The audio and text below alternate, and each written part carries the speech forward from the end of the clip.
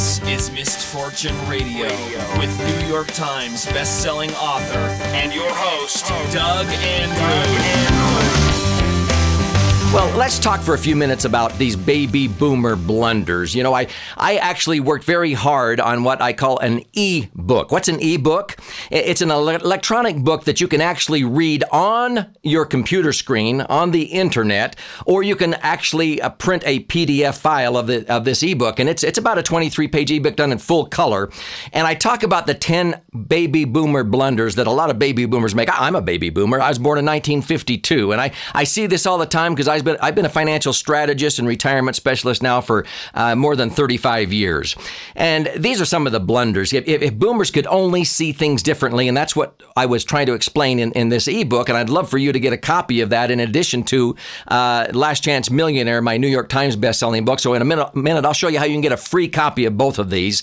Blunder number one is using short-term investments for long-range goals, and actually the opposite, long-term investments for short-range goals. Some people, you know, they use short-term investments like CDs and money markets for long-term goals for retirement. Anything long-term means 5 years or longer. And on the other hand, sometimes they use long-term investments such as mutual funds and insurance contracts and annuities like it was a drive-up window at the bank. And you don't want to confuse those two. I explain why and how in this ebook. Blunder number two, thinking I will probably only live for 15 or 20 years after retirement. Hey, do you know the fastest growing segment of American society today are those people reaching over the age of 100. You know, when Social Security was first introduced, the average 65-year-old male only lived 7 years. Then it went up to 12 years. Now, between a baby boomer couple, husband and wife, one of them is expected to live at least to age 95, maybe even 100. So don't think you're going to die sooner than later. Blunder number three is believing that paying off your house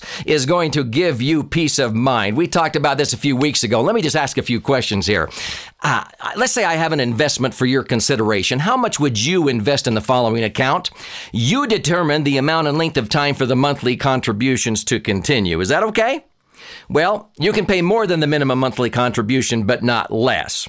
I think that's still okay. Well, if you attempt to pay less in this investment, the financial institution keeps all of the previous contributions. I don't like that one. The money deposited in this account is not safe from loss of principal. Each contribution made to the account, in fact, results in less safety. The money in this account is not liquid. It earns a 0% rate of return. Your income tax liability increases with each contribution, and when the plan is fully funded, there is no income paid out. Now, how many of you think that's a prudent investment? You know how many of you are probably making that investment? That is a traditional house with a 30-year amortized mortgage, or even worse, a 15-year amortized mortgage. I teach you in this book how to pay off your house the quickest, smartest way, and it's not by sending extra principal payments to the mortgage company. I hope you got that one. Blunder number four, my $100,000 to $300,000 nest egg is going to be enough at retirement. Let me tell you, if all you have a goal to do is accumulate $100,000, $200,000, $300,000, you will outlive your money. You need to have a nest egg of over $1 million, and that's why I want to gift you a copy of Last Chance Millionaire, because this book will show you how to safely accumulate an extra $1 million over a 10-year period, not pie-in-the-sky risky rates of return. This is very methodical, safe. In fact, if you're under age 35 and you're listening to this program right now, the book for you is Millionaire by 30. It doesn't matter if you're 30 or 20 or 50 years old. I can show you how to safely do this in 10 years or less. Number five, blunder. I'll be in a lower tax bracket when I retire. Oh, brother. You know, I could count on my hand the number of people who are actually in a lower tax bracket when they retire, even though they have lower income. Let me tell you a story.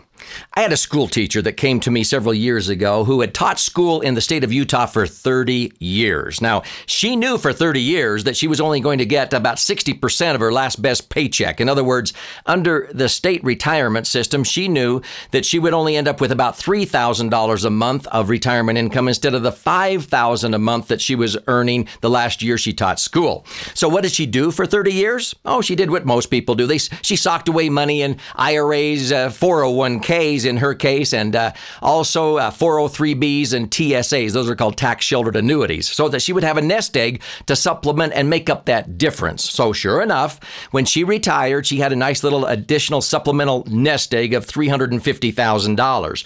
Well, she found that when she retired, not only had she killed her best partner, Uncle Sam, in the process because she had been, paying extra principal payments to her mortgage, and so she didn't have a mortgage interest deduction, but the kids were gone, and she wasn't contributing money to these 401ks and 403bs anymore, so she didn't have that benefit. And even though she had an income that was 40% less, she found herself in as high or higher tax bracket than she had ever been in, and she didn't have any deductions anymore. That's why, okay? Can you understand this?